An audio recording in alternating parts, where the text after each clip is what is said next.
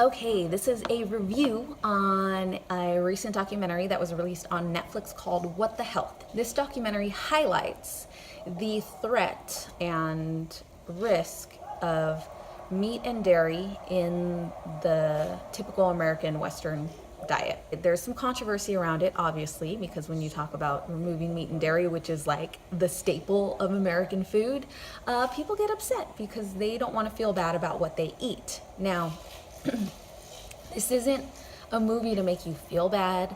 I feel it's just to inform you of the threat that's there. Because me personally, I wish I would have received this information, a year ago, before I got pregnant, before I had my child in a crazy complicated labor, before my husband got diagnosed with type 1 diabetes. Because again, our body, what we put into our body controls how our body ends up aging down the line. So, this is my opinion on the movie, where, again, I'm a recent whole food plant-based, mom, hence the channel name. I was raised a super hardcore carnivore.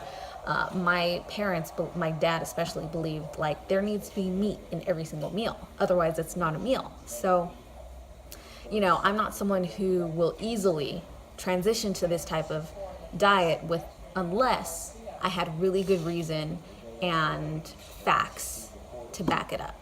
So with my husband being diagnosed, I learned that the whole food plant-based diet was very beneficial. So we've adopted it full throttle. So you're getting a response from someone who's been doing a vegan but beyond vegan type diet for about the past 7-8 months. So I'm not some hardcore been vegan for life, and I'm not even vegan technically. I'm whole food plant-based. So that's kind of the background of where my opinion's coming from. Now, to get to this movie, I've seen all the Netflix documentaries that kind of cover the whole food plant-based lifestyle and exposing the threats that meat and dairy give to human health and promoting these chronic diseases. So it wasn't new information that I learned, but what I really liked about this movie was one, it's a more recent documentary to help refresh people on this information that may have missed previous documentaries like Forks Over Knives or Food Matters, things of that nature. But what I liked about this documentary that was different from the other ones was at the end of the movie, they showcased kind of testimonials of people that they had interviewed before and after doing a 14-day whole food plant-based challenge. And they had people, a woman with asthma and heart problems and just sleeping disorders all in one. And she had been on tons of medication for, several years, and within a matter of 2 weeks, she solved her problem and got off everything. And I know what you're saying, this is like bogus or whatever. And had I not experienced firsthand the power of a whole food plant-based diet, I would totally say the same. I'd say, oh gosh, this is just Hollywood trying to, get attention. But one of the benefits of this year in terms of me and my husband having these different health situations is that we've been recording our data diligently. And when you pay attention to the way your body responds to food, you can see exactly what food's good and what food's not. So my husband wears on his body like a robot, like something that measures his blood glucose every 5 minutes. So when he eats something bad, his sugar will shoot up, and when he eats something good, it stays level or gradually increases. So we've been very diligent and aware of what foods do what, and everything that this documentary says is completely true in terms of the meat, dairy, and oil causing problems and fueling the fire on these chronic issues. So another testimonial that I really enjoyed watching was a woman who had 2 bad hips. So she was on a walker, she could barely walk, and was just miserable. And the thing is, the reason why I liked this was that I know a lot of people, including my father, who have bad hips. He had hip surgery on one of his hips, and he might need surgery on the other because the other one isn't doing so well. And there's other family members that I know who have had this surgery, and this woman didn't have that surgery, but she was in line to do that surgery.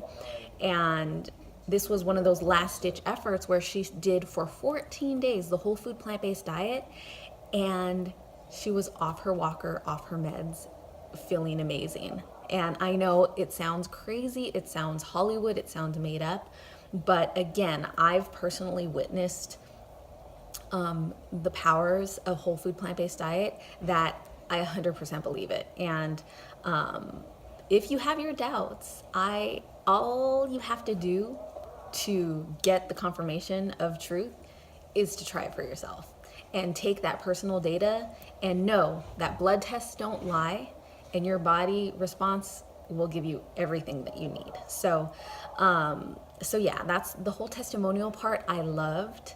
And another part that I really liked, or that I felt was really important, was he got an interview with the head of the ADA, the American Diabetic Association. And now, diabetes, that's kind of my thing right now, where I've been researching like crazy. And again, I've seen the personal response of my husband, who has a chronic illness that is considered uncurable, and that every single endocrinologist has told him he needs to be on medication for life starting day one. And they put him on medication, insulin, things of that nature, and said that it's only going to get worse from here. And what happened was I did my own personal research, looked up recent data on the effects of the whole food plant-based diet, and watched 1,000 documentaries just like What the Health. And we proved every single doctor wrong. They had no idea what to do with us. Currently, my husband is not on any medication. Well, right now his numbers are really good. We're monitoring everything closely. The more information you have, the better to diagnose the problem and make sure you keep everything in control. So it was interesting how they highlighted that the director, or the main person in charge of the American Diabetic Association, this is the place where all diabetics go to get their resources, to get their information on how to prevent, how to manage, how to cure this disease. And it just highlighted the disconnect that is there. The head of that organization has no idea about the modern research and modern testimonials and things that have happened where people have actually cured their diabetes. And I'm talking specifically of type 2 diabetics. Now that I'm in the diabetic world and doing massive research, there are tons of stories of type 2 diabetics 100% reversing their disease. So I think it was important to show that, had I not received the information that I had so early on, my husband would have gotten worse, and he would be on all the medication that every single endocrinologist prescribed. And it's a scary place because most people don't have that information, and they follow that path of just medication to mask symptoms that make the problem gradually worse. So that was something that I thought was really important. And again, I would have thought it was bogus and kind of just trying to spark a fight had I not experienced the negligence and how uninformed doctors are that my husband has seen. So we've gone through a whole committee of doctors, I would say 10, we have 10 different doctors that we've seen, currently see, and all that. So, and they all have their different perspective, that's fine.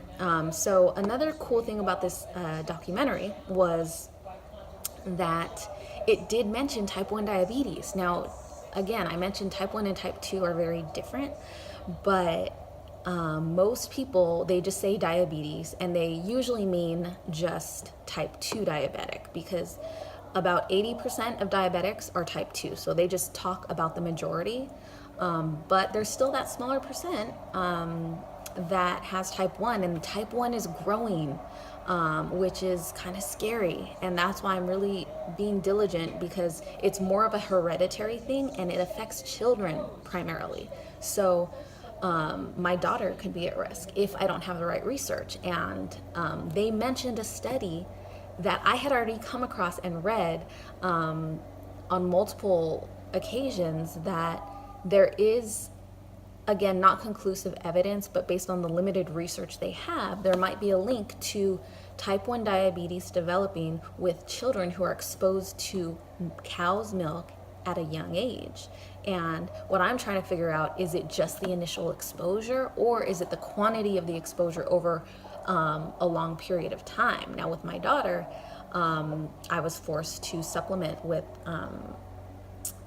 formula, which has milk-based powder in it, which I did not want to do, but unfortunately I had to feed my baby and I had milk supply issues, so she did get some of that exposure. I did not feed her any normal milk, obviously, and now that she's full grown, I'm not giving her any dairy, but you know, the doctors tell me that there's just nothing I can do, and I just have to live a normal life and just hope my daughter doesn't get it. But I really think that there's a dietary connection, and I want to control that. I'm not going to take just, well, there's nothing we can do, because if you take that approach, well, then the same thing that happens to people that aren't aware and don't take caution is going to happen to you. So yeah, those were kind of the really top highlights for me in this documentary. Some of the not bad, but things that I think they could have done better, or that left kind of the skeptics to be able to harp on and to try and blow off the relevance of the information that was presented in this documentary, was they mentioned, they really kind of overdid the connection, not the connection, the comparison of the meat and dairy threat industry to the cigarette industry and cigarette threat of death, where, I think some people saw that connection as being so absurd that they lost sight of the true message. So I would see, a couple of comments in like the message boards where people were just saying, cigarettes and meat aren't the same thing, and one causes, I forgot what the reviews were, but they got focused on that little point that they missed the whole message. So I think they could have kind of relaxed a little bit on that. And then also one more thing was they didn't really clarify vegan versus whole food plant-based. Now, that's really important to me because one, for example, the term and word vegan has a stigma to it. People who are not vegan automatically get turned off. Any information you give them, it just goes right through because they have had a bad experience with someone who's vegan, and some people can be more pushy than others. So there's that stigma that's automatically going to get them to fight the information that's being given. But and also, vegan is not the same as whole food plant-based, because there's a lot of unhealthy vegans. Like vegans can eat Oreos, that's technically vegan, but if I tell you, if my husband eats a bunch of Oreos, he's not gonna get rid of his diabetes. So vegan is a healthier diet because it removes, the meat and dairy, which is a huge contributor to, cancer and heart disease and all those things. But vegan is not the same as whole food plant-based. So the difference is whole food plant-based is you remove, yes, meat and dairy, which is vegan, but you also remove refined, processed foods and oils. So oil is the big surprise, because me a year ago, I thought coconut oil was great. You see all these videos and blog articles about how it's so good for your body, it's healthy fats and blah blah blah blah. But once I understood how diabetes works, I read several amazing books on the power on what causes diabetes, and for type 2, oil clogs the receptors and doesn't allow your body to process the sugar, so therefore it floods up in your bloodstream, and that's how you get type 2 diabetes. Same with type 1 diabetic. When your type 1 diabetes is when your pancreas stops producing insulin. because the beta cells are accidentally dying off from it in autoimmune disease. So what happens is you're getting lower and lower supply of insulin, but if you remove oil from your diet, it allows that little bit of insulin that's left to be received better and be more effective. So that's why on both types of diabetes, the oil can be hazardous to their health. So yeah, I think really clarifying vegan versus whole food plant-based would have helped people be more receptive and inform people on the proper way to eat to reverse disease and to prevent disease. So the last thing that I want to touch on before I end this video is, there's always skeptics, and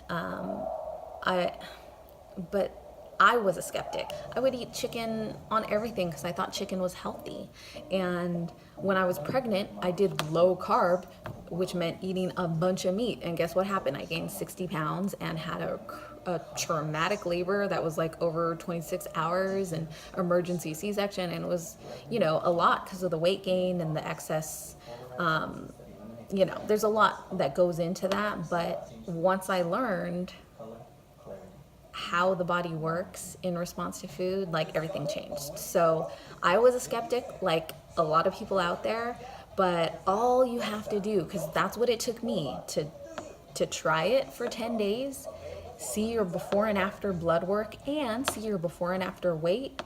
I lost a lot of weight. So I'm not going to get to the specifics of it, but once you see the blood work, it doesn't lie, and there's no other diet that gets the response that this whole food plant-based diet does. So that's it. If you're a skeptic, just try it. I'm not here to debate you. I'm here to try and help you.